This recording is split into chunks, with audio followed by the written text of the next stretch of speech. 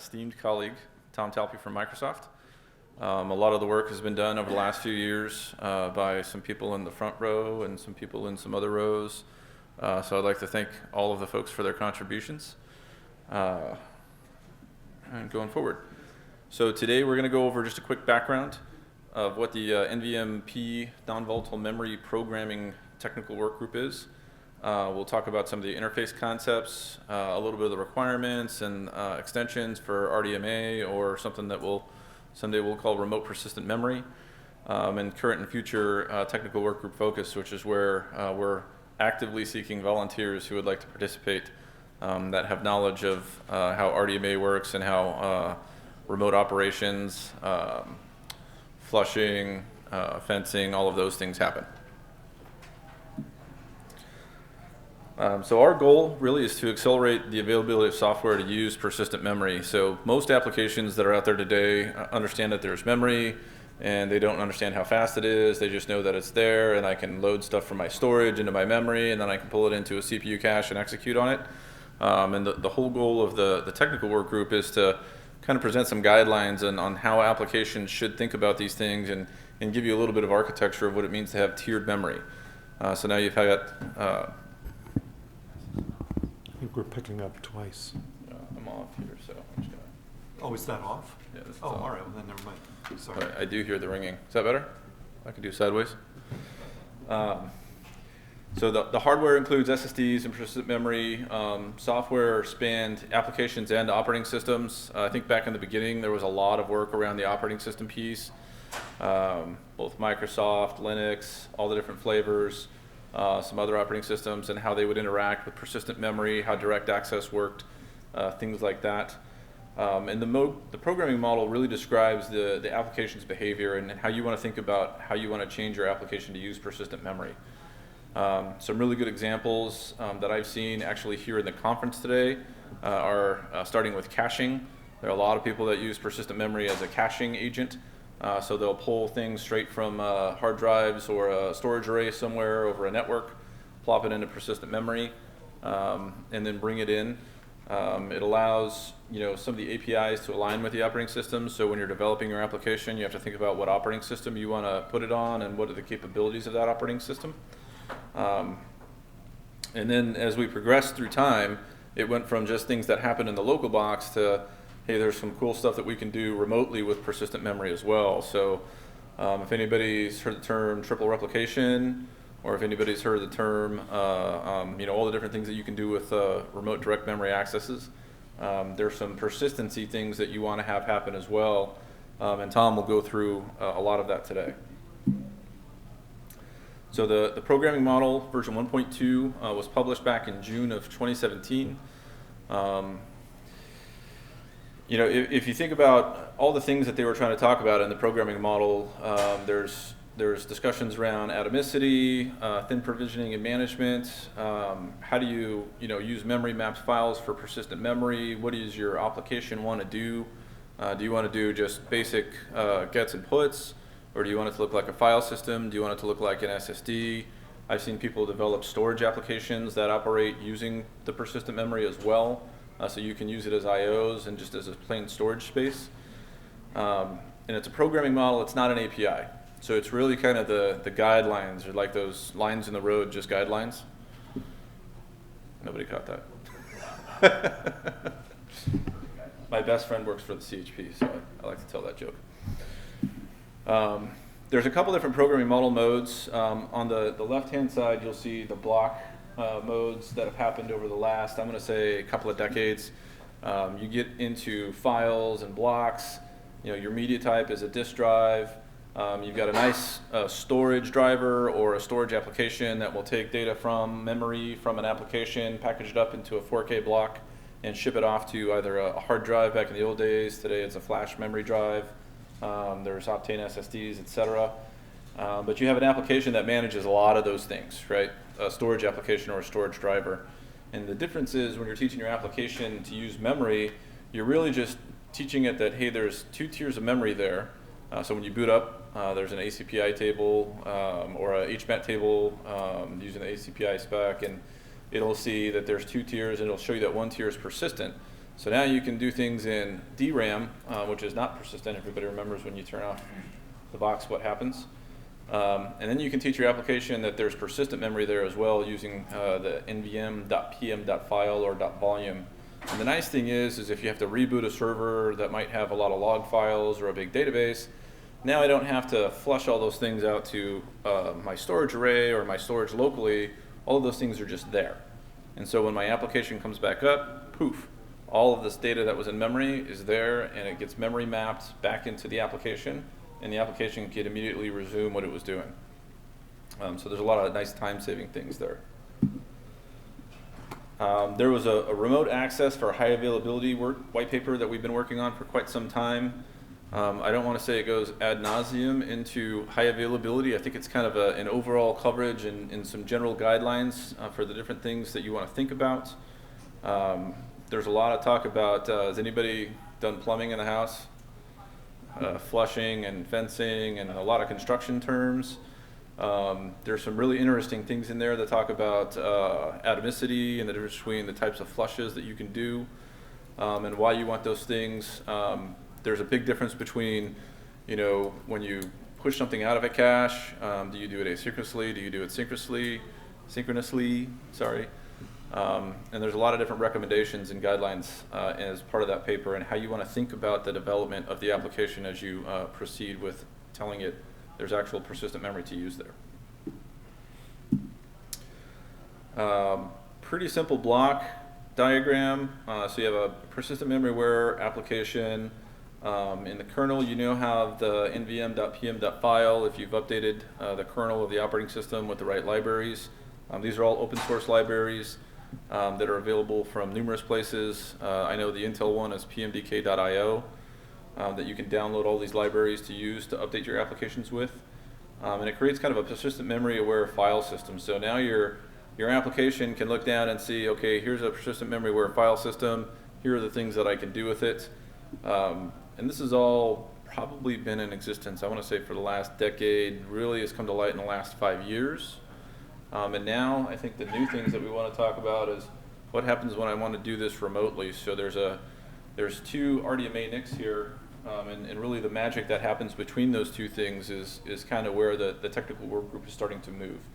So there's a lot of different things you want to think about. What is the difference between persistence, visibility, durability, and all of those things, and how do you let an application know that all of those things are available, and how does the application make sure that things are visible, and how do you make sure that things are durable once they become visible, and do you want to use all of these techniques within your application for redundancy? So with that, I would like to bring up Mr. Tom Talpey, and he's going to walk you through the interface and some of the things that we're working on with RDMA. Not much room back here. All right. See if this rings or doesn't ring. So, hi, Tom Talpey, co-chair. The background of the NVM programming interface is kind of important before we talk about remote behavior. And I just want to catch up just a tiny bit here before diving in. The basic premise of the NVM programming interface that the SNIA has been working on is map and sync. You have a device, a non-volatile memory device of some kind, byte addressable device, which is mapped into the address space of a process. That allows you to do loads and stores on it as if it were memory, right? You're not doing I/O operations, you're literally doing loads and stores, synchronous CPU instructions that do not block. And then a second operation called sync allows you to guarantee that your stores are made persistent, right? And these are implemented in CPUs with simple instructions, right? There's a flush, a CL flush or CL flush opt style instruction on Intel, and then there's an S fence which waits for those flushes to drain out. So that is the map and sync in the local case. Well, in the remote case, it's a little bit more complicated. You have remote addresses which are accessible to you, but only via an RDMA adapter. They're not mapped any longer. And so there's some subtle differences in the programming interface that come in. Semantically, it operates the same. You're still, dirtying some local memory. But the sync operation, or the flush and sync operation, becomes much more asynchronous, if you will. It's pushed over the network. And the implications of that are really kind of interesting. So flushing still applies. Mapping kind of applies. Think of mapping as sort of a first level location for the data that you're going to flush, and not the final location. So we've been led to a few interesting areas that perhaps we didn't expect to be quite so important. An asynchronous flush in particular is the reason for this. And so there are a couple of key remotable NVM programming interfaces. Most of the interface is pretty much the same. The basic setup, the management and manipulation of the address spaces and the devices is not too different in the remote case. But these two interfaces, flush and verify, change radically under the covers for a remote. And under discussion, as I mentioned, we have new operations called async flush and async drain that I'll just get into a little bit. And a second thing comes into play with respect to remote flush, and particularly async flush, is the ordering. If I do an async flush, what guarantees do I have that things happen prior and things that happen post all occur? And the ordering becomes really interesting, actually. It's the asynchronous behavior, I guess. Other NVM programming model methods are typically remotable via upper layers.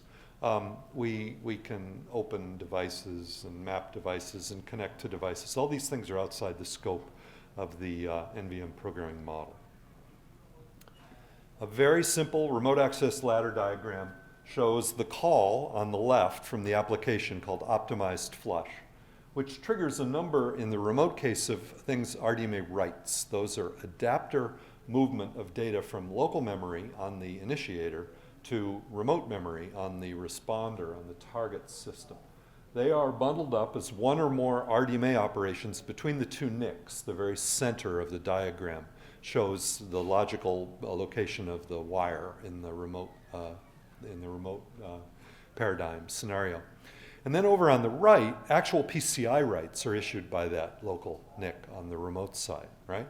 So we start with reads of local memory, pushed through the NIC to another NIC, who then performs writes of remote memory. Following that is a flush. And that flush is a new operation that I'll talk about in a sec. And that flush then lassos, you see that little oval line, lassos all those writes and makes sure they've all completed prior to actually pushing data to the persistent memory domain on the remote node and then responding so that the initiator knows that the data has been made safe. Very much like the flush and drain operations locally, but implemented radically differently remotely. There's a problem, though, in that it's a synchronous, optimized flush is, if you will, a synchronous operation, right? When we called optimized flush, it went all the way down to the bottom before it returned. That's not too bad locally, right? But it's a long time remotely because you've waited for the wire and you've waited for a response and you've waited for a lot of processing. Plus, it's very inefficient because you weren't using the wire at all until you got to the optimized flush. So the programming, the NVMP TWG realized that asynchronous flavor of flush was critically important. We always viewed it as kind of a local quirk. You know, you could do it synchronous, you could do it asynchronous. We didn't get into that level of detail in the non-volatile memory programming TWG. We felt that was a local implementation decision. You can't avoid it in the remote case. In order to use the network properly, in order to keep the data flowing well and efficiently, you need an asynchronous flavor. And so, unpublished, we're still working on this. We've worked on a new paradigm we call asynchronous flush, and it separates those two phases, flush and drain. Here, you'll see that flush and drain both occurred as a result of a call called flush, right? Maybe that was a little bit of a oversight in our early planning, but we've separated it. We now have a flush and a drain, and just a little more detail in a sec. But the idea is that it allows early scheduling of writes without blocking, so it makes more efficient use of the network. It allows the NIC to execute in parallel with the CPU and the application. And you can use it in both libraries and applications. It becomes the key to building an efficient library. It also allows for more efficient use in the actual flushing operation. With less data remaining to flush, right, both locally that hasn't been shipped over the network and remotely because it's already been written, even though it hasn't been finally flushed, there's less wait latency. So by overlapping this processing, you reduce the overall latency of the operation. That's critically important here because the whole reason to use remote persistent memory is latency, right? Who cares if it's stored on one device or another? It's how quickly it can be stored and how quickly that guarantee can be returned. Async flush introduces a whole lot of interesting error cases. What if it breaks? How do you know what went and what didn't? How do you know what was damaged in flight? It's very difficult, and so the error cases require a lot of thought. There's a big area of uncertainty in the error cases. I'm not saying that we can wave our magic wand in the interface specification and make these problems go away, but we can light them up. We can put a bright spotlight on them so that the application developer knows what to expect. And that's what the remote access for HA document was all about. So here's just a quick picture of the asynchronous flush. This is not yet published. You won't find this in the current version, but you will find it if you come to our Twig meetings, which we hold roughly every other week, and at face-to-face opportunities and the like. But here you are. You notice at the top you see some stores followed by an async flush call instead of an optimized flush call. And you notice that the async write call begins a little bit of network operation. But afterwards, the application continues to perform some stores. It's just dirtying local memory. It's not pushing it across the network. Then it does a flush, right? That flush continues to push through dirty data. And the application proceeds to call drain, saying, not only did I flush, I want you to tell me when I'm done. And so you see multiple application calls on the left now, instead of just a single call that did everything. And the choice of each one of those stores, flushes, and drains is the application's to make. So the application is now enlightened with respect to the persistent memory behavior. But if you look over on the right, it's the exact same traffic on the network, and it's the exact same traffic to the persistent memory device. The same thing has happened. We've just enriched the local interface to this mechanism. So we're trying to dig in on what that means. And as we've traveled down this road, we've realized there are additional NVM programming concepts that we wish to bring up to the community. This is application visible concepts. The first one, and maybe the most interesting, is consumers of visibility versus consumers of persistence. Visibility and persistence are closely related, but are totally separate concepts. Visibility means that you've written data to some domain, and that others in that domain can see that data that you've written, right? It's become consistent across the platform by some meaning. When the domain has a network in the middle of it, visibility becomes really a vague concept, right? I didn't even know my packet was sent, much less that the other guy can see the data. So consumers of visibility and consumers of persistence, we believe, are application classifications. They're sort of concepts that some applications will want.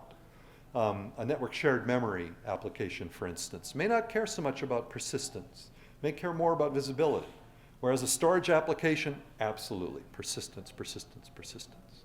And they're very different, and there are a couple of other factors coming in that I'll get into in the next slide. Here's an example. It's a very different semantic. A lot of people think they can do a compare and swap on an address that sits in persistent memory, and they get a persistent lock, right? I just did a compare and swap, and I got the answer to the compare and swap, and it was synced to persistent memory. Therefore, everybody obeys my new state, right? I set the lock bit, and it told me I was the first one to set it. Okay, I'm good, and everybody else sees it. No. Unfortunately, desperately, no. The achievement of visibility and the achievement of persistence are two very different things. The network of the motherboard doesn't even guarantee this, right? It might be in cache, but it may not have been placed in memory yet. And depending on the consistency guarantees of the platform, the other consumers way over on the other side of the motherboard may not know that your compare and swap is done. And they definitely aren't going to sit there and wait for your possible persistence operation to complete before they look at it, not without some sort of upper layer application behavior. So we try to light this up really brightly to a lot of application developers who might think otherwise, right? It's easy to think otherwise, but it's not true. And it's critically important that you understand that. Another thing that's risen to the surface is, how do we know it's done? How do we know it's good, rather, that the data is good? In the existing NVM programming model, we have pretty much a platform best effort kind of methodology. If the platform detects an error, it'll raise a non-maskable interrupt of some kind, right? And it'll say, oh, parity error, oh, data loss, something like that. And the machine may either machine check, may crash, the application may get a signal, but you really, the locality of that error and the timing of that error are very, very vague. And then beyond that is the validity of the data. It's been written to the thing, and you expect memory to work well. But this is persistent memory. It's not only stored in some volatile buffer somewhere. It's actually been burned into something way down at the bottom there. And that burning process may or may not have achieved what you wanted. So how do we know that it's good? We want an explicit integrity check. We want to define what that means. We don't want to implement it. We don't want to describe everything about how you do it. But we do want to describe how the application might go about verifying this. Today we do it with big heavy software stacks, file systems with integrity protection on blocks and things in the file system, and something reads it back, or there's all kinds of exotic, error checking behavior. None of that is present on these motherboards, right? So we want to think through what the basic concepts are and document them in our programming interface. And finally, the scope of the flush. Let's say we're doing a bunch of writes and then we do a flush. Well, what about all the other writes that happened on that platform? Does my flush wait for everybody else's write? Does my flush wait for this guy's write? Does my flush have a problem with writes that I do afterward? And can I scope that out? Can I say, flush this, but don't flush that? No, you actually can't. You have no control over that. Most hardware today will arbitrarily put things into the persistence domain without being told to. Flush guarantees that it's there, but it may have already happened. The cache may have just simply, pushed the data down, which is what caches do with dirty data. So we want to describe what it means to have a scope of flush. The API, the interface today, gives a base and a bounds. It says, make these 27 bytes persistent, and the interface comes back and says, okay. But it may have made a whole lot more bytes persistent, and this is especially important with an RDMA adapter, which really isn't going to look at 27 bytes for you, right? It's already packetized it and sent it over with a bunch of other data.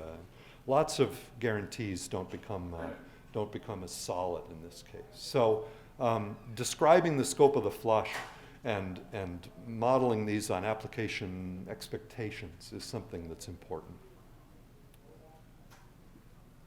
So I'm going to move down a layer from the NVM programming interface down into the protocols which we use to implement the remote flavor of this programming interface.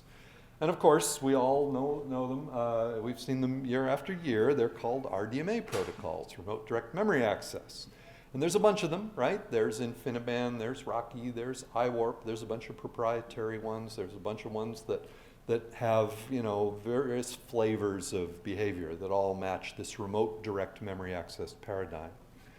A number of years ago, I and a few others proposed this operation called an RDMA flush. And it's made a tremendous amount of progress. There is broad agreement across the InfiniBand Trade Association, the IETF, and other standards organizations on the basic semantics of RDMA flush. The RDMA protocols are in the process of being extended to support this guarantee of remote persistence. RDMA typically in the past was about visibility, was about moving the data into memory so that it was visible to your peer. RDMA never got down to the point of actually saying where the data resided and when it was actually pushed into a memory cell. That's because it didn't used to matter whether it was in cache or memory, right? The CPU saw the same picture, and all the other NICs on the platform saw the same picture either way. Now it really matters. Persistence is it's an extra step on top of visibility. So RDMA protocols need an extension to support this. And there's some really interesting ordering implications. Additionally, the platforms need support. RDMA protocols sit on a PCI bus. The PCI bus has no concept of persistence either. In fact, the PCI bus write guarantee is incredibly weak. It's called a posted write. Posted means fire and forget. There's no acknowledgement to a write. You just simply say, please do the write. It goes into a queue somewhere, and it might happen immediately. It might happen next week. You really don't know. You can't force the write to occur. Well, you can in certain ways, sort of a side effect of a read.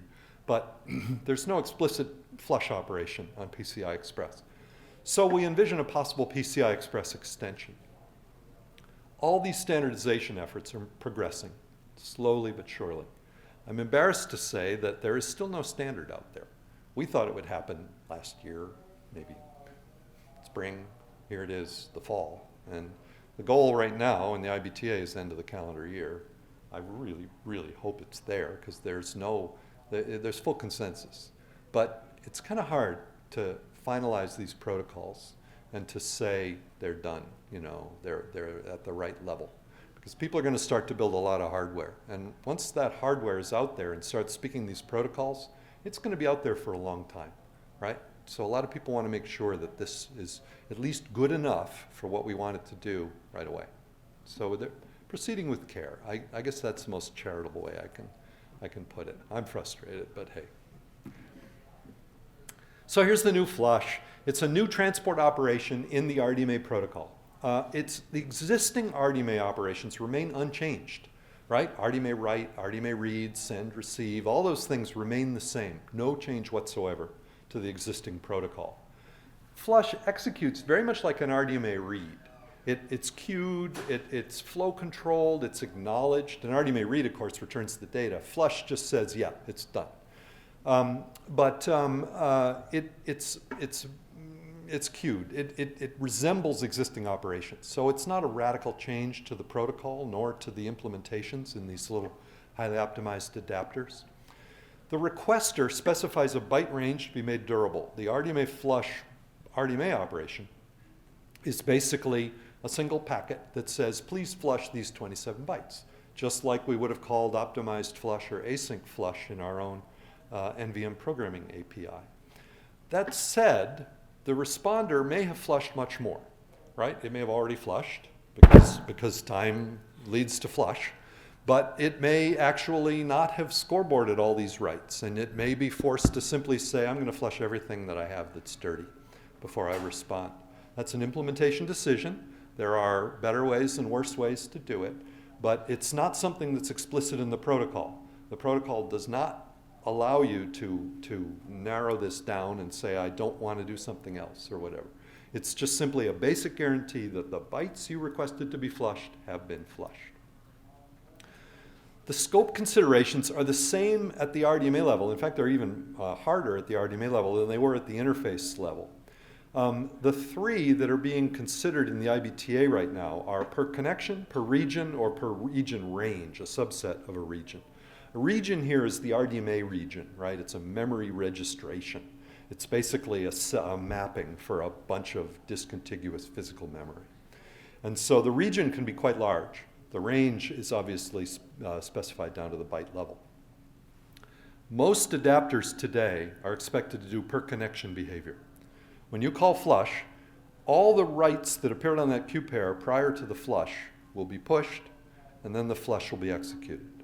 Okay? That's the simplest, easiest, most efficient way for the adapter to do it. However, it's possible that it could scoreboard writes on a per region or even on a per range basis in the future. So the expectation among the RDMA adapter community is that maybe we'll get there, or maybe in some special cases we'll be able to provide this better behavior, and they feel that it will lead to a more efficient implementation down the road. So the RDMA protocol that's currently being envisioned will have this scope capability. It's actually not in the protocol. It's in the requirements of the implementation. But the requirements are a little bit squishy. And there's no way in the protocol for the remote peer to figure it out. The remote peer has to take a very conservative approach unless it has better information. A second thing that is being considered, and this is kind of new, is the selectivity consideration. And this is where visibility and persistence come into play. Visibility in an RDMA adapter is actually quite simple. What that means is don't buffer your writes. Well, visibility means push the writes to the PCI domain. The PCI root ports in most platforms are in the consistency domain. So if the PCI root port has seen the write, you've made your data visible. But a lot of adapters will actually buffer data a little bit, right? Not a lot. They're not buffered adapters. That's why they're fast. But they may have a few cache lines or something of write buffer. So push to visibility means flush those write buffers. Get them on the PCI bus right now. Okay? Basically, that's the RDMA read semantic. But it's now explicit, not a side effect. And applications can code to the explicit behavior and get a guarantee that they did what they did. If all they do is an RDMA read, there's no guarantee it reached visibility across the whole platform. But if you call flush and the adapter responds to it, you know that it's visible across the entire platform. And by the way, to all the other RDMA adapters on the platform. So that's critical. And then a second stage is persistence. Persistence in the IBTA model today implies visibility. You always get visibility when you get persistence. And persistence means not only did I push it to the domain, I made sure that it made it all the way into the domain, past the safe point, be it an ADR, asynchronous DMA refresh domain, battery-backed domain, or it was burned into a cell or whatever. It went not only to the PCI root, but into the memory controller, right?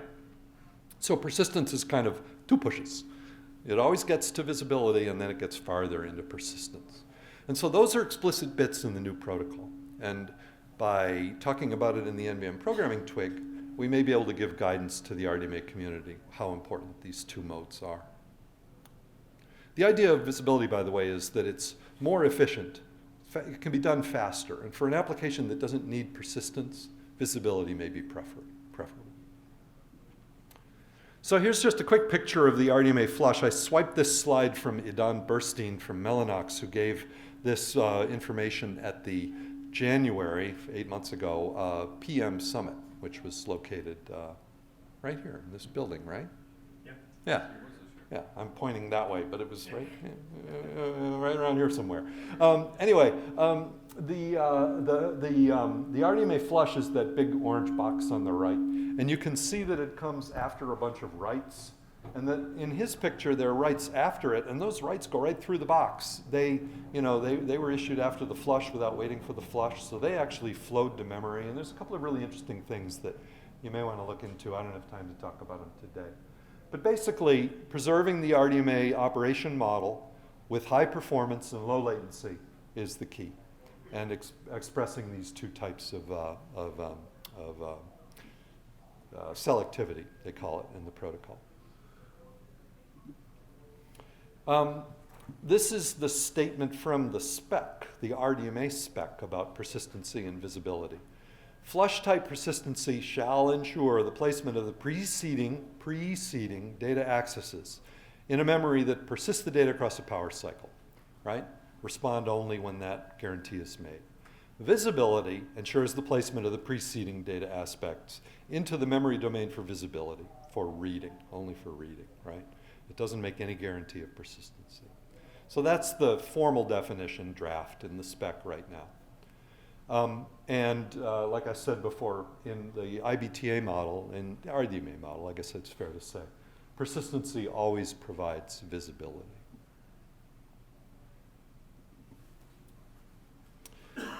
Flush scope, the memory region range, this is the protocol message. Flush provides what's called a triplet, a handle, a virtual address, and a length, within the QP. That's the narrowest possible scope. Memory region means everything within that handle, and all means everything I wrote previously on the Q pair. All basically maps best to the NVM Programming TWG's model, by the way. So we're good, right? If we have stronger guarantees possible, great, but the minimum guarantee is easily met. The implementation of flush scope is a question of the provider implementation.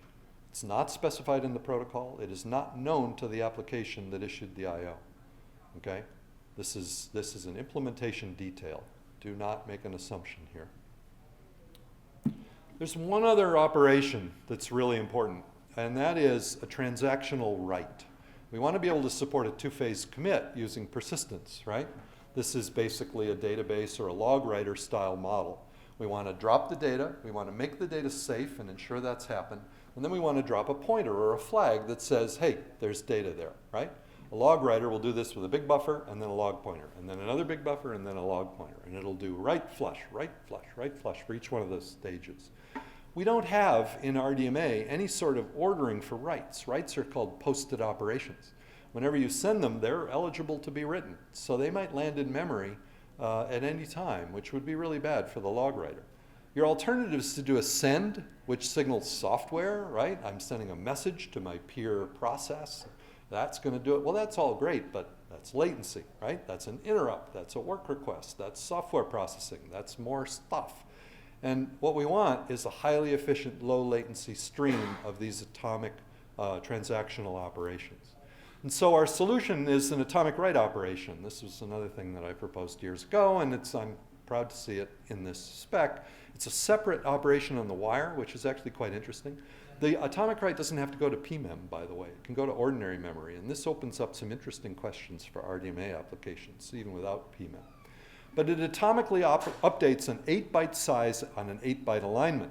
And what that means is that it can operate without exotic PCIe atomics, which is kind of important. And it's non-posted and queued, but most important, at the very end, it's ordered after the flush. So you can pipeline it. You can say write, flush, atomic write. And if something breaks, boom, the pipeline is broken too, which is really important. And the last bit of protocol is PCI bus. An efficient RDMA flush will require some sort of PCIe extension or some sort of platform-specific support. We would expect a PCIe extension because that's the most portable, universal way to do it, right? Everybody would have a similar capability. We wouldn't have, a driver wouldn't have to know how to push a magic PCI config register to make a flush or whatever. The adapter would simply send a PCIe flush. The PCIe SIG is reportedly, they're a very internal organization, I'm not a member, is reportedly considering a flush semantic. I'm aware of a couple of different proposals that have hit the PCI SIG. But it would enable that platform independence, which I believe is critically important. And second, back in 2017, there was an atomic ops engineering change notice. It's basically an informative, non-normative, non-required extension which allows for atomic operations on the PCI bus. And a number of PCI root ports are beginning to support this. All the Intel Perleys and later support this. So the Atomic Ops ECN may provide additional guarantees for this atomic write operation. It would be a safer way to do it than these unaligned writes that we anticipate. And I just want to mention that it's not a do or die thing if the PCI protocol is not extended. There are out-of-band solutions possible. All right, I'm going to spin through some workloads of these things, and then I'm going to wrap up. I'm going to accelerate a little because I've got 10 slides to go in just 10 minutes. So there are a few example remote persistent memory workloads. These are what we keep in mind in the NVM programming. Oh, I guess I should just wrap up one more thing about the RDMA protocols. The idea of the NVM Programming TWG is both to feed requirements to the RDMA community and take back whatever the heck they decide, right? Our goal is, we've done some deep thinking, I believe, about the behavior of persistent memory applications that drive the requirements that RDMA adapters should darn well listen to, right? So we've told them what we think they ought to do. And they've gone ahead and they've not done everything we wanted them to do, but that's fine. Some of them are done for very good reasons. They're hard to do. They radically change our RDMA architecture. We can't build that in 2 years, that kind of question. But that pushing of requirements is something that the TWG has already done.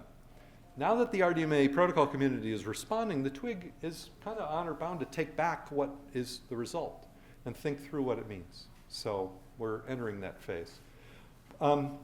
These requirements came, however, from these original remote persistent memory workloads. And I'll just have 3 of them here.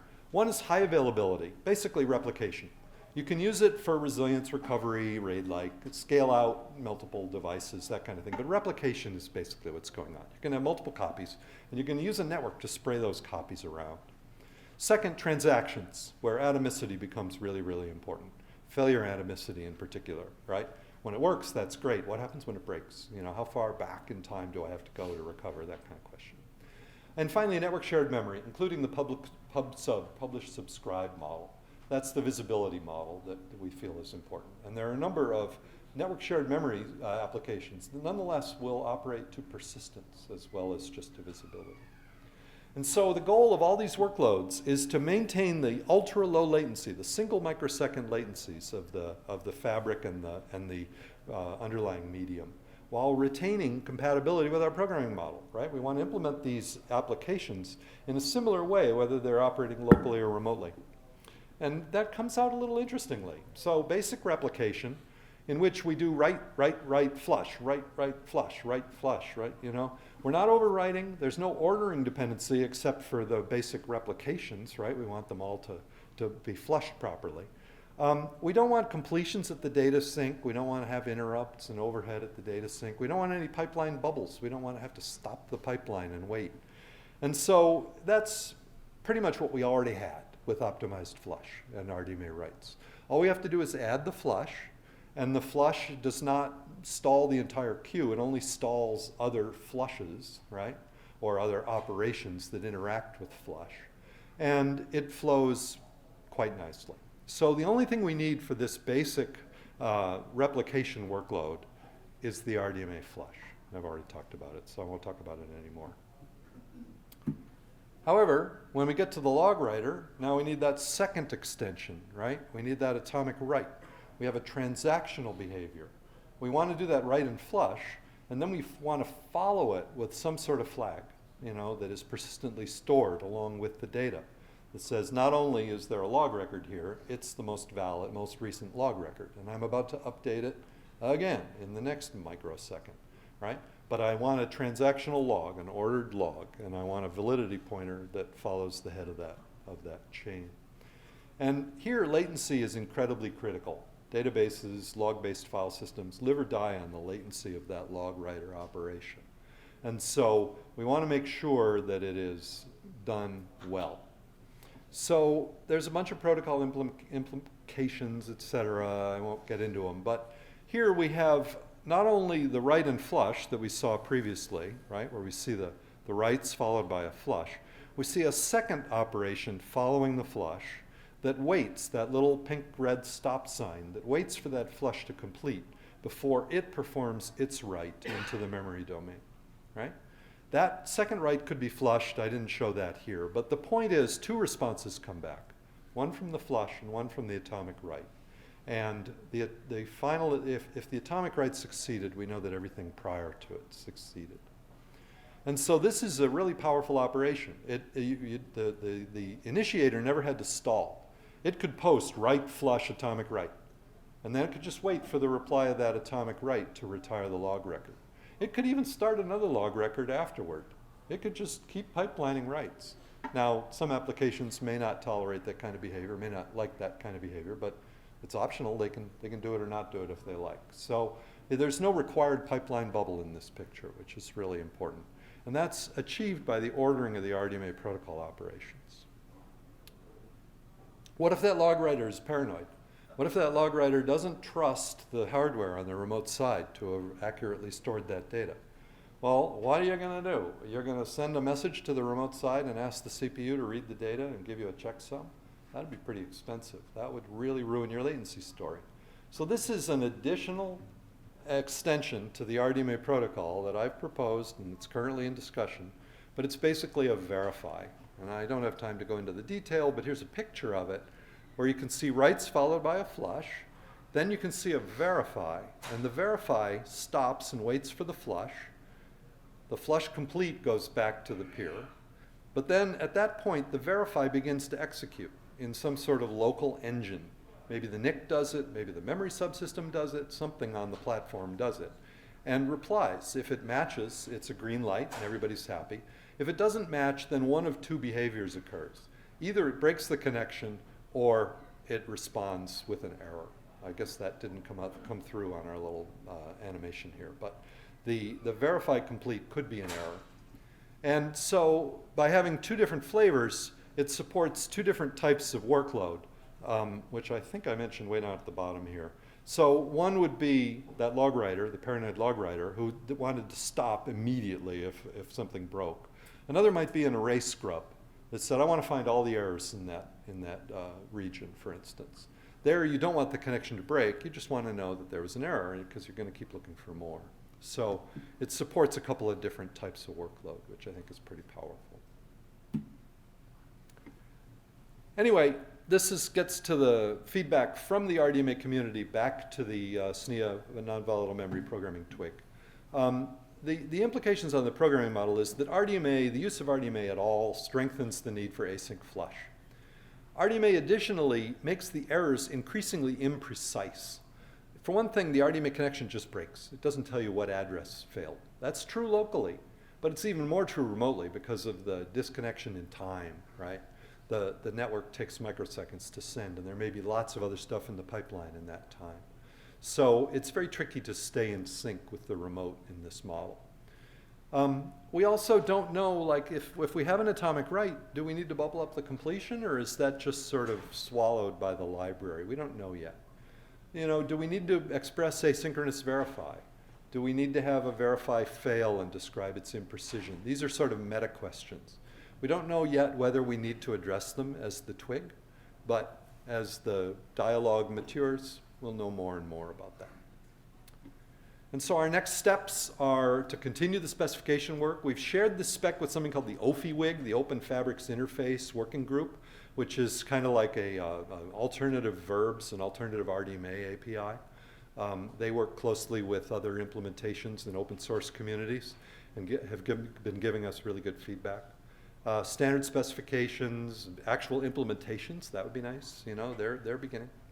Come to the talk that Matthew, George, and I are going to give just after this one over in, I forget which one, I think it's Winchester, about SMB3 push mode, which will use this.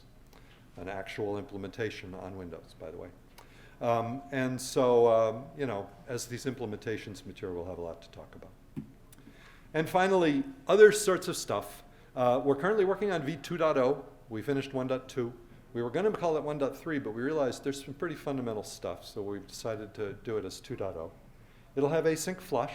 It'll incorporate implementation learnings of these other flush behaviors. We have something called deep flush that some people hate, some people think we need. We have to answer that question. We're going to continue the remote access for high availability work. We're going to work on the scope and try to get the scope in our spec, and flush on fail fail, other interesting stuff.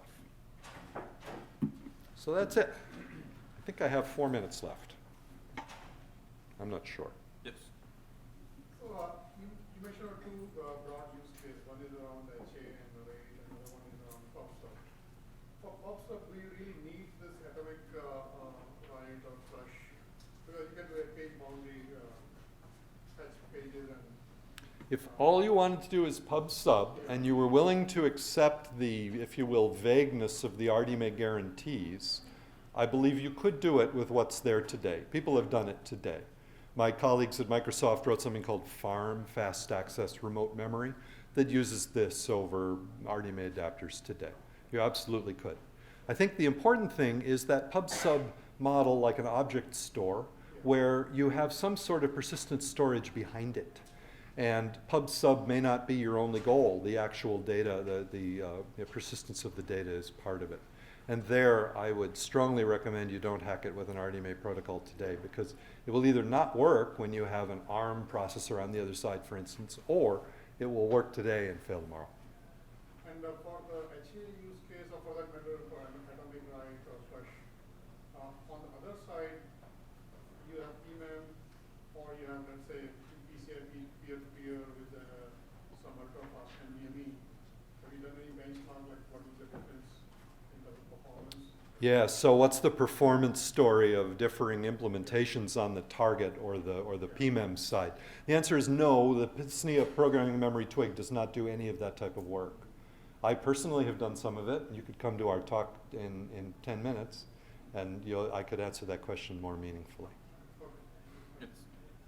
It's the difference between nanoseconds and microseconds, though. I mean, if you're looking at peer-to-peer transactions to a flash drive versus an RDMA NIC doing a DMA directly into memory, that's transistor difference. Yeah, kind of. Don't forget you have the speed of light, right?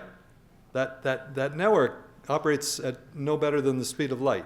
So we're talking microseconds. I mean, it depends on how long your network is, but there's SerDes, there's, you know, on the wire, off the wire, signaling on the wire, all these things, they add up to microseconds. Yes. I'm personally very new to persistent memory, but one of the things that's sort of like bothering me as I went through this is that the processor caches that exist, right?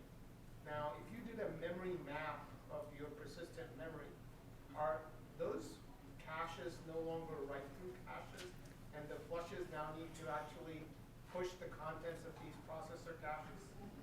What are the implications on processor cache implementations? And do they really work the way you want? The answer is older processors, no, did not work properly. And they had to go to write through to give any kind of guarantee. They kind of had a flush operation. It was a terrible flush operation that locked the whole CPU for long periods of time while it flushed. Modern Intel processors they have explicit support for this. They have explicit cache flush operations, some of which are highly efficient. And they have decomposed the flush and drain operations in important ways to allow applications to code to this cache coherency or PMM persistency on top of the cache in accurate ways. This is... Programmers are becoming much more aware of what's going on. Oh, absolutely. In a local system. Andy and Alan here, it's their day job to teach programmers how to do that. Yeah. There are transparent versions. When we talked earlier, NVM.block, that API is basically a RAM disk. And it puts PMEM on the bottom, but it provides a disk-like API on top.